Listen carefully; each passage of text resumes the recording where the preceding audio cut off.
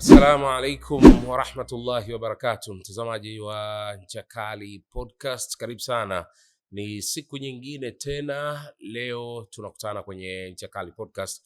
Nikukaribishe, mimi naitwa Rajabu Msami, tukiwa tunaendelea na mfululizo wa podcast zetu za msimu maalum wa mwezi mtukufu wa Ramadhani, msimu ambao tunaangazia hatua za mabadiliko za wageni ambao tunakuwa nao. Tumekisha kufanya podcast hizi za msimu wa mwezi mtukufu Ramadhani nyingi tu, na kama ulipitwa basi unaweza kwenda kuzifuatilia katika channel yetu ya YouTube.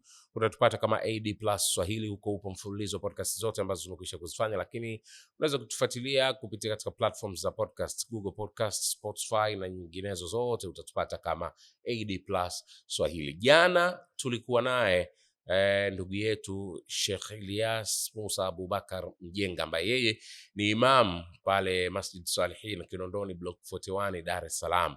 Tulisikiliza na kuangazia simulizi za hatua zake za mabadiliko. Tulizungumza mengi sana jana, lakini tulikomea pale ambapo ndio kwanza amehitimu masomo yake kwa hatua ya thanawi pale Mtongani, na ilikuwa ni mwaka 2012. Muda ulitupa mkono, tukalazimika kukomea hapo.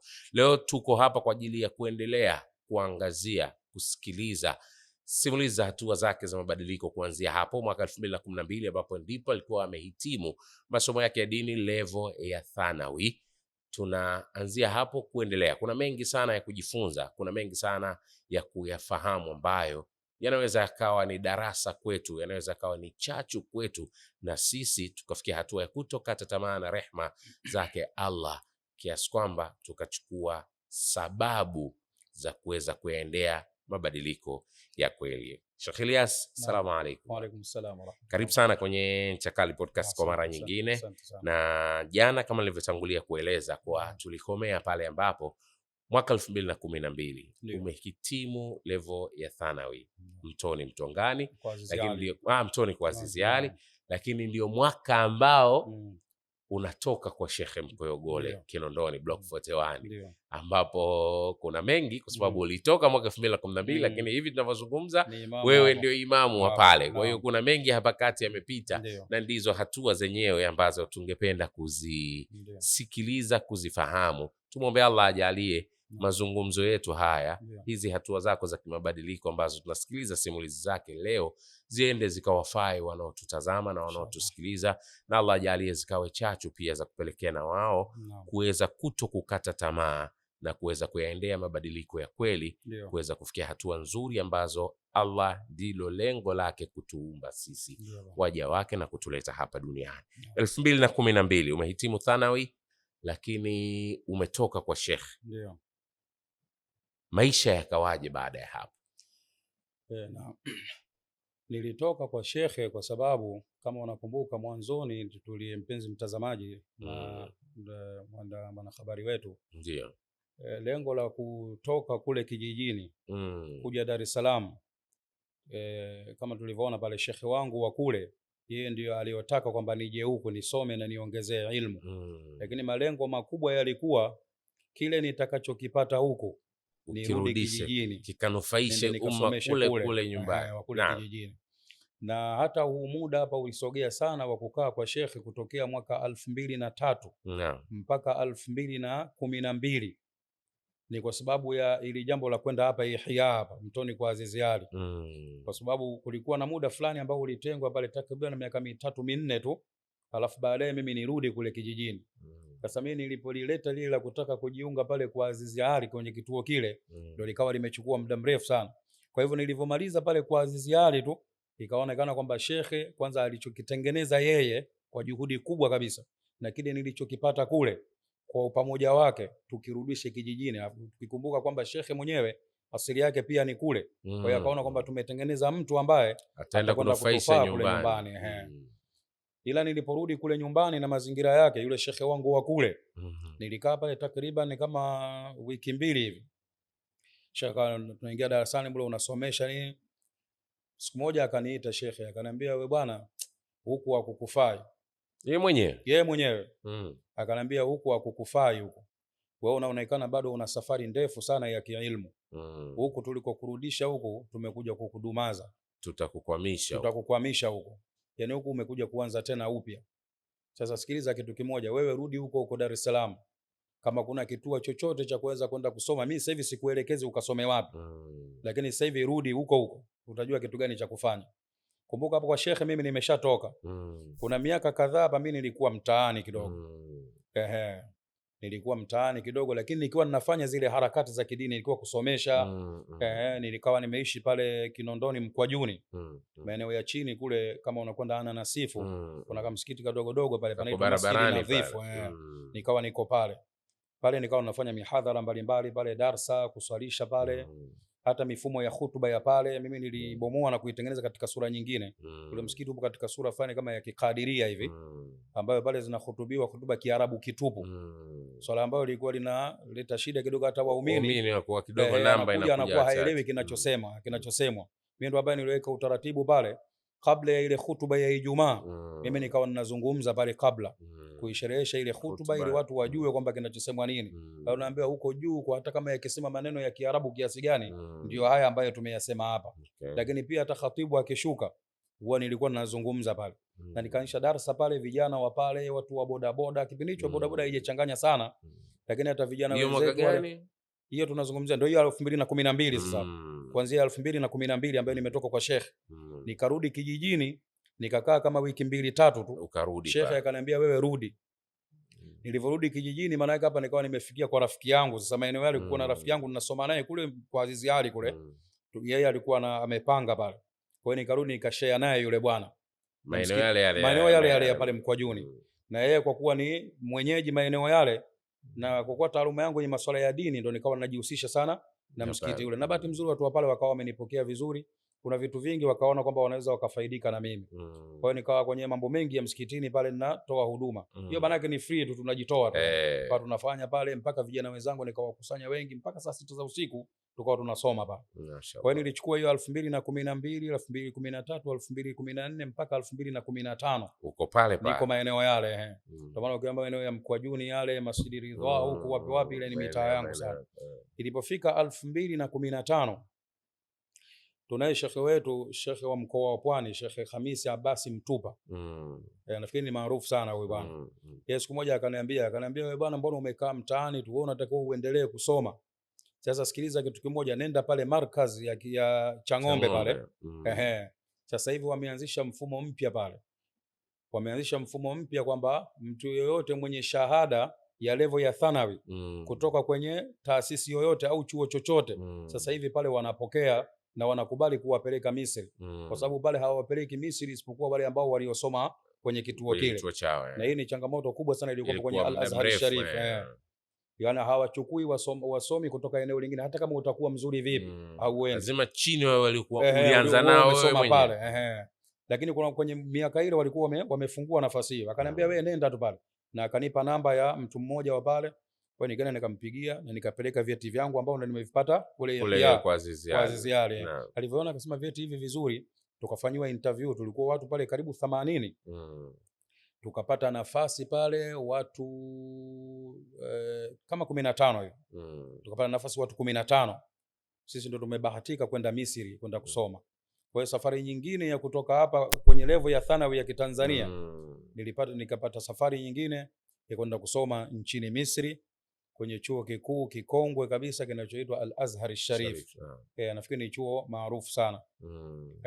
Tukaenda tukajiunga pale, na kule nako kuna changamoto zake nyingi ambazo tumekumbana nazo kama tulivyoeleza huku, kwa maana pale ili uweze kwenda Misri ni lazima uwe una shahada ya thanawi ya Azhari au uwe na shahada ya idadi. Maana unaweza kuwa na shahada ya level ya idadi kule ukaenda kusoma thanawi, au ukiwa na shahada ya thanawi umeipata pale unakwenda kusoma chuo kule. Sasa mimi wakati huo hapa sina shahada ya idadi wala ya thanawi ya wao. Una thanawi yako, mimi nina thanawi ya kwangu ambayo nimesoma sehemu nyingine. Na wakawa wanatupa matumaini pale kwamba kwa kuwa mna shahada hizi na mnaonekana mmefaulu vizuri na masomo yenu asilimia kubwa yanafanana na ambayo yanayosomwa hapa, Nyinyi mkifika kule moja kwa moja tu mnakwenda chuo. Tena wakatupa mpaka manyaraka pale fulani ya kujaza ya kuchagua zile faculty mbalimbali ambayo kulliyat kulliya kwenda kusoma hivi, wewe unataka nini na nini, tukajaza pale, kumbe yale yote hayakuwa sahihi. Tulivyofika kule sisi tunaonekana kuwa hatukusoma kitu, kwa sababu zile shahada zetu haziendani na ule mfumo wa kwao pale. Wa kule kwenda kusoma chuo kule. Hili ni swala ambalo liliwakatisha tamaa watu wengi. Nakumbuka mpaka kuna wenzetu baada ya kufika kule kuona utaratibu huo waliamua kurudi. Waliamua kurudi. Wasema kwamba hali yenyewe kama ndio basi sisi tunarudi bana. Hatuwezi kwenda kwa sababu wengine wameacha family huko. Kuna mtu ana mke na tayari bikisha ana watoto. Anakuwa hali kama hii, mimi siwezi kukaa. Kule kuna kitu kinaitwa dirasa khasa. Dirasa khasa maana yake ni level ya chini sana. Hayo ni masomo maalumu. Kwa Kiswahili. Masomo maalumu au usomaji maalumu. Yaani mnazingatiwa nyinyi kama vile hamkusoma kitu chochote.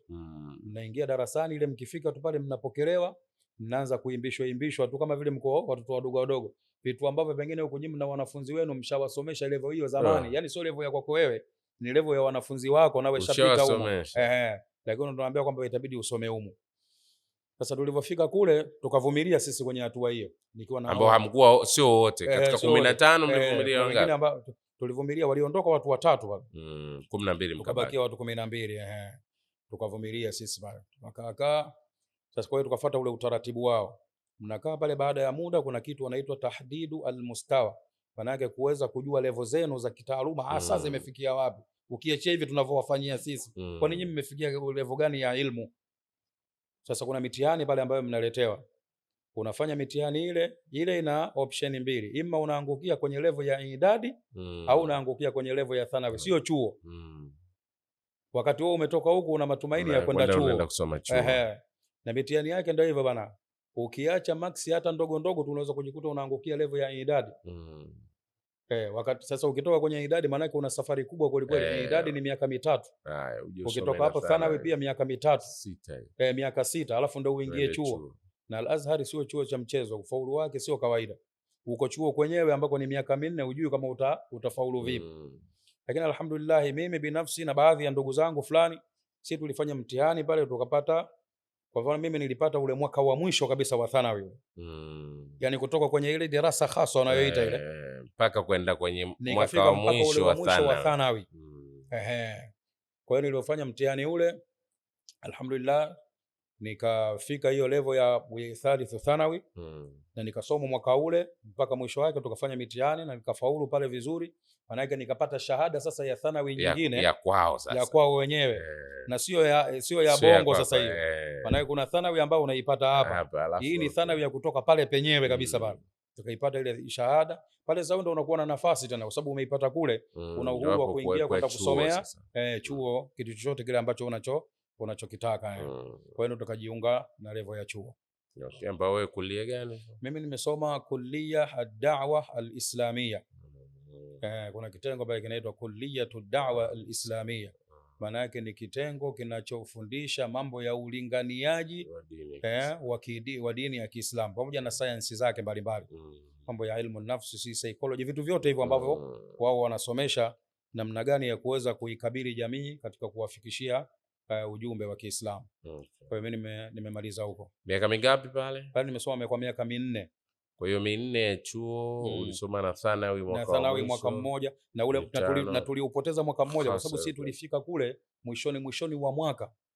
Kwa hiyo tuliupoteza ule mwaka mmoja pale ambao ulikwenda bure. Alafu baadaye tukasoma mwaka huu wa thanawi. Kwa miaka 6. Mimi nimekaa miaka 6 kule. Miaka 6. Nimekaa kule takriban miaka 6. Nikurudisha kwenye mchakato wa kwenda Misri. Ndio. Alafu tutakuja tuangalie maisha Misri yalikuwaje, kwa sababu najua na Misri kwenyewe kuna changamoto zake kulingana na namna maisha yalivyokuwa yanakwenda. Kutoka hapa Markaz Chang'ombe kwenda Misri mlipata ufadhili wa 100% nauli, kila kitu. Kila kitu mpata ufadhili wa 100%. Vipi maisha Misri? Mlipofika Misri utaratibu wenu ulikuwaje? Na yenyewe mlifadhiliwa kila kitu 100%? Naam. Hata makazi, mazingira ya makazi wenyewe wanasimamia. Maana yake unakwenda kwenye kitu kinaitwa minha. Minha maana yake scholarship, ile nafasi ambayo unakwenda yenyewe inagharamia kila kitu. Kwa hiyo kuhusu makazi unakaa pale, hapo sehemu ya bure ambayo ya kukaa, lakini pia masuala ya kula pia wanakaa bure kwa wale ambao waliokwenda kwa mfumo ule ambao wao wenyewe ndio wamewachukua kwa vile vigezo ambavyo walivyovizingatia. Kwa hiyo kwenye upande huo alhamdulillah, na pia wanatoa kiasi fulani kidogo cha kuweza kujikimu kimu. Kwa mfano hata kuweka vocha na hivi vitu kama hivyo, hata kuwasiliana na watu wa nyumbani, vitu kama hivi kidogo alhamdulillah. Lakini hata vijitabu vidogo unaweza ukahitaji, lakini hata namna ya kuweza kubadilisha kidogo mavazi na vitu kama hivyo alhamdulillah. Lakini hili lina utaratibu wake pale, maana ile ukifika unakuwa na mfumo huo na vile vitu vyote, hizo ofa zote full unapata. Lakini changamoto yake pale kwenye kufeli. Ukifeli tu, pale inakatwa, yani ile minha, yani ile posho ambayo unayopata na zile ofa unazozipata zile unapata nusu ukifeli. Maana yake mtu akifeli pale kwenye ulaji wake na baadhi ya vitu vinakuwa vinapungua. Hata ile pesa ile ambayo anayopata kiasi fulani, kwa mfano tukadiria hapa, kwa mfano kama 50,000 unaweza kukuta pengine inakatwa ile yote, unaweza kukuta unapata 20,000, 30,000 yote imekatwa. Hiyo mtu akifeli kwa mwaka mmoja, lakini akifeli kwa mara ya pili, zile ofa zote huwa zinakatwa pale. Maana yake anafukuzwa kama pale hostel, huwa anaondoka na hana posho yoyote ya aina yoyote. Na kuna watu wanapata changamoto kama hiyo, wengi tu. Kwa hapo maisha yanabaki kivyako, 100% wewe upambane mwenyewe. Sasa ndio usomaji unakuwa mgumu sana. Ikiwa wewe unapata kila kitu katika yale mahitaji muhimu na ukafeli, usomaji unakuwa mgumu. Yeye inakuwaje kwamba umekwenda nje kwenye mji ambao sio wa kwako? Maana yake hapa unatakiwa ufanyeje? Utenge muda wa kwenda kufanya kazi ili upate pesa ya kujikimu na sehemu ya kupanga na ya kukaa, lakini upate muda wa kwenda chuo na upambane mpaka ufaulu. Shida ndio inakuwa hapo, na wengi ndio huwa wanapoteza dira kabisa baada ya hapo. Kwako ilikuwaje? Mimi namshukuru Mungu alhamdulillah. Baada ya kujiunga chuo kwenye sehemu hiyo, na ni katika vitengo vigumu kusema ukweli pale Azhar. Ziko fakati pale, ukiingia wanakwambia hapo wewe bwana umekwenda kujichimbia kaburi. Viko vitengo fulani ukiingia unaambiwa huko. Sasa miongoni mwa vitengo vigumu ni hiki. Lakini mimi nilivutiwa sana kitengo hichi cha da'wa cha namna ya ulinganiaji. Mimi nilikipenda sana hichi, kwa sababu pale maeneo ya hostel kuna msikiti mmoja mkubwa sana pale ndani. Na kila Ijumaa huwa wanawaleta wasomi wao wenyewe Al-Azhar, wale wakubwa kuja kutuhutubia pale hutuba za Ijumaa. Hawawaachii pale wenyeji tu, na nyinyi ambao wanafunzi mhutubia wenyewe. Sasa mkuu wa kusimamia masuala ya hutuba pale alikuwa anaitwa profesa mmoja anaitwa Jamal Faruq. Huyu yeye ndo alikuwa amidi, tuseme ndio kiongozi mkuu wa kitengo hichi cha dawa, kwa sababu yeye kitengo chake ni masuala ya kulingania, ndo akapewa kusimamia huko. Kwa hiyo kuna mara fulani alikuwa anakuja, na nakumbuka hotuba yetu ya kwanza kabisa sisi tumefika pale, alija kuhutubu huyu bwana. Mimi kwa mara ya kwanza tukumsikia, mimi nikasema ikiwa kwamba wasomi hapa wote wapo kama huyu bwana, itakuwa hapa ni balaa. Maana yule bwana mashallah bwana. Nikaulizia nikaambiwa huyu yupo kwenye kitengo fulani. Mimi nikasema ikitokea nimepata nafasi ya kwenda chuo, nitakwenda kusoma kwa ambaye msimamizi wake ni huyu. Wakawa ananiambia bwana, huyu bwana ni mtu mmoja mgumu kweli kweli, lakini huko bwana ni kugumu sana. Mimi nikamwambia mimi nitakwenda huko. Na bahati nzuri tulikuwa na wenzetu ambao kidogo walikuwa na asili ile ihya pale. Kwa hiyo tuligawana. Tusema kwa sisi tumetoka kwenye eneo moja, tusisome kwenye kitu kimoja. Wewe nenda huku, wewe nenda huku, nenda huku. Sasa watu wote wakaona nini? Sasa kwenye da'wa hapa atakwenda nani? Na tushaambiwa hapa pazito. Hapa ni pazito. Kwa hiyo wakapendekeza wale ndugu zangu, bana wewe nenda huko. Mimi nikaenda kule alhamdulillah. Mimi nashukuru kule sikuweza kufeli hata mwaka mmoja. Kwa maana ile miaka yangu 4 yote nikawa nimefaulu pale kwa muda. Alhamdulillah nikaweza kufuata process zilizofuata na kuweza kurudi nyumbani. Nyumbani urudi mwaka? Nyumbani nimerudi hapa mwaka 2022. 2022. Ndio. Umerudi sasa, una shahada yako ya dawa. Ya dawa. Kutoka Azhar Sharif. Ni degree ya kwanza kwenye mambo ya ulinganiaji wa Kiislamu kutoka Jamiatu Al-Azhar Sharif. Mwaka 2022. Mwaka 2022. Nimerudi hapa. Ikiwa nimeondoka hapa mwaka 2015 mwishoni. Nimeondoka hapa, sisi tuliondoka tarehe 22 mwezi wa 12 2025. Ndio tumeondoka sisi hapa. Mashaallah. Na kurudi 2022 nakumbuka ilikuwa ni mwezi wa 11 kitu kama hicho. Maisha yalikuwaje baada ya kurudi Tanzania ukiwa sasa una shahada hiyo ya degree ya ulinganiaji wa dini ya Kiislamu kutoka Chuo Kikuu cha Azhar Sharif?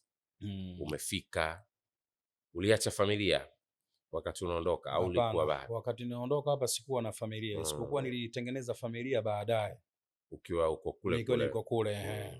Sababu nilitengeneza utaratibu wa kuwa ninarudi nyumbani hapa kila mwaka. Okay. Kwanza nilipokwenda ile 2015 2016 ndio huyu marehemu baba yangu Somali wanianzisha alifu huko na kusoma, yeye ndio alifariki mwaka huo.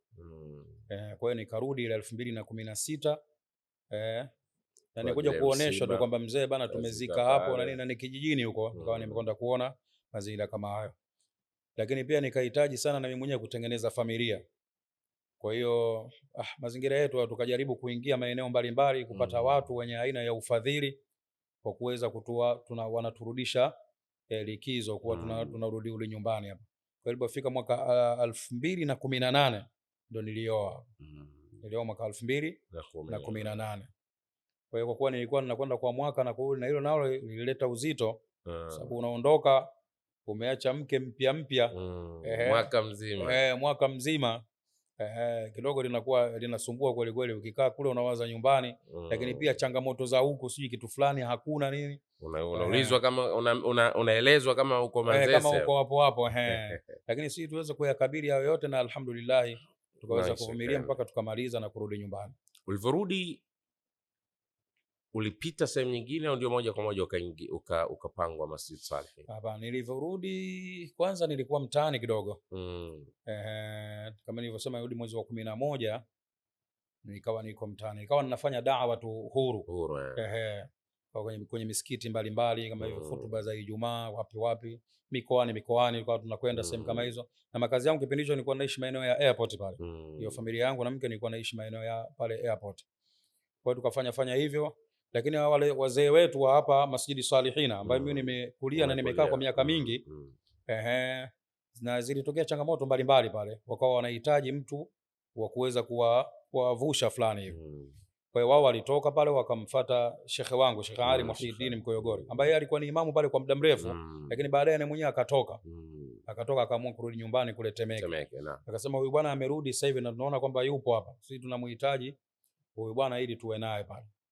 Kwa hiyo basi wazee wetu wa pale pamoja na shekhe wakaniita, tukayazungumza pale, nikaona sawa, kwa sababu imekuwa kama ni amri sehemu zote hizo, kama mimi nimelelewa huko nyumbani huko kama ni nyumbani. Kwa hiyo mimi nikarudi pale kutokea kwenye wanafunzi tena mdogo kabisa yani mpaka tumerudi sasa hivi kuwa kama ni imamu, ni kiongozi ambao tunaendesha pale karibu mambo yote yale muhimu pale msikitini. Kwa hiyo nilirudi pale, nimekuja pale ilikuwa mwaka 2022 ilikuwa kwenye ilikuwa tarehe 7 mwezi wa 3 tarehe 7 mwezi wa 3 ndio nimekuja pale rasmi kama imamu mpaka hivi leo. Mashaallah. Bwana Ustadh Ilyas, kwanza tukushukuru sana kwa kuweza kushiriki nasi. Kwa hakika simulizi za hatua zako za mabadiliko zina mengi sana ya kujifunza.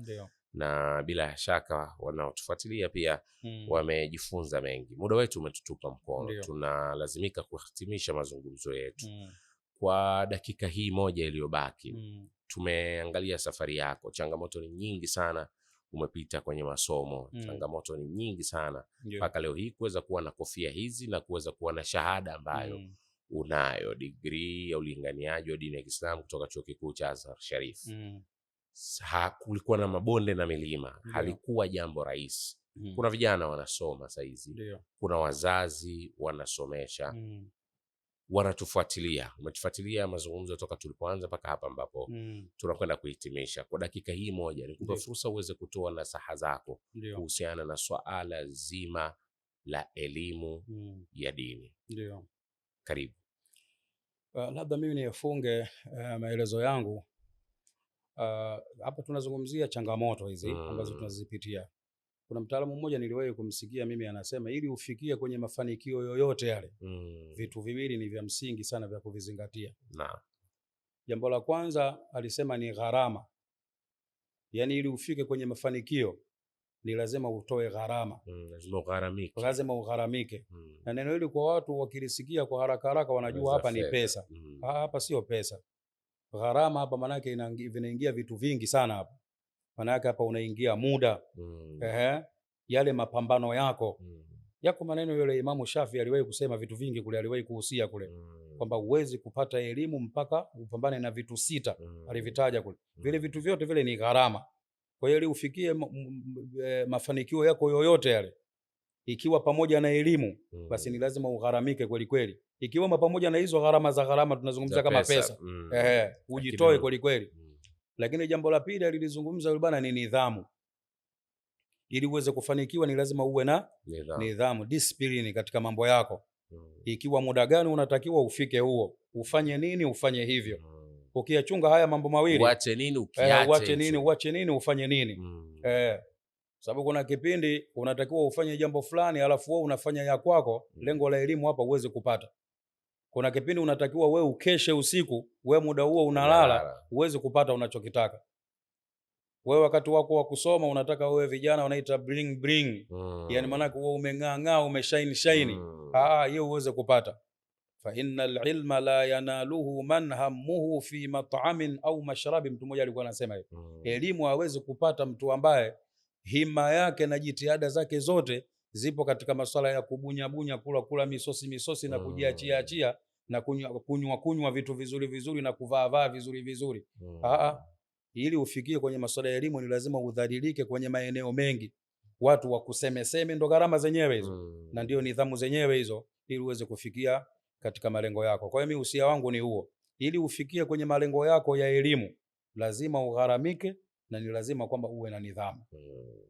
Lazima ugharamike na lazima uwe na nidhamu. Ndio anavyomaliza nasaha zake Sheikh Ilyas Musa Abubakar Mjenga, Imamu Masjid Salihin, Block 41 Kinondoni, Dar es Salaam.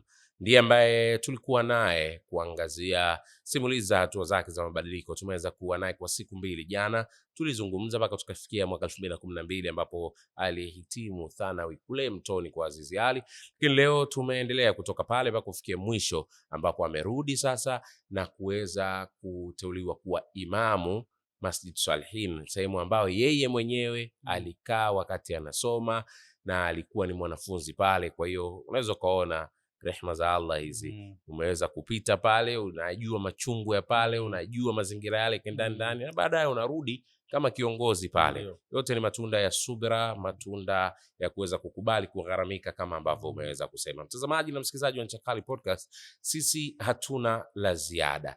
Kwa nasaha hizo ambazo Sheikh ametuhitimishia nazo, hatuna la ziada. Mimi naitwa Rajab Msami, nilikuwa naye Sheikh Ilyas Musa Abubakar Mjenga. Tumezungumza mengi sana, namuomba Allah ajalie haya tuliyozungumza hapa yaende kuwanufaisha, yakawe faida kwenu mliotufuatilia, kwetu sisi pia, lakini yakawe chachu ya mabadiliko kwenu. Baada ya kusema haya, hatuna la ziada, tunakuaga kwa kuambieni assalamu alaikum wa rahmatullahi wa barakatuh.